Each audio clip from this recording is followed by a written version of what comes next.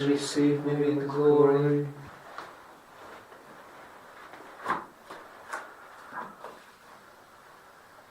Our third reading is taken from the Apostolic Exhortation of Pope Leo, Dilexi on love for the poor.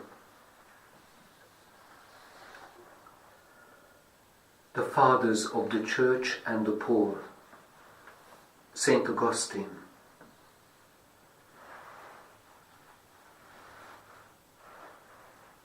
Augustine's spiritual guide was Saint Ambrose, who insisted on the ethical requirement to share material goods. What you give to the poor is not your property but theirs. Why have you appropriated what was given for common use? For the Bishop of Milan, almsgiving is justice restored, not a gesture of paternalism. In his preaching, mercy takes on a prophetic character. He denounces structures that accumulate things and reaffirms communion as the Church's vocation. Formed in this tradition, the Bishop of Hippo taught for his part about the preferential love for the poor. A vigilant pastor and theologian of rare insight, he realizes that true ecclesial communion is expressed also in the communion of goods. In his commentaries on the Psalms, he reminds us that true Christians do not neglect love for those most in need. Observing your brothers and sisters, you know if they are in need.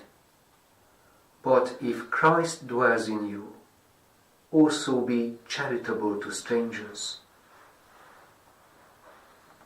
This sharing of goods, therefore, stems from theological charity and has as its ultimate goal the love of Christ. For Augustine, the poor are not just people to be helped, but the sacramental presence of the Lord.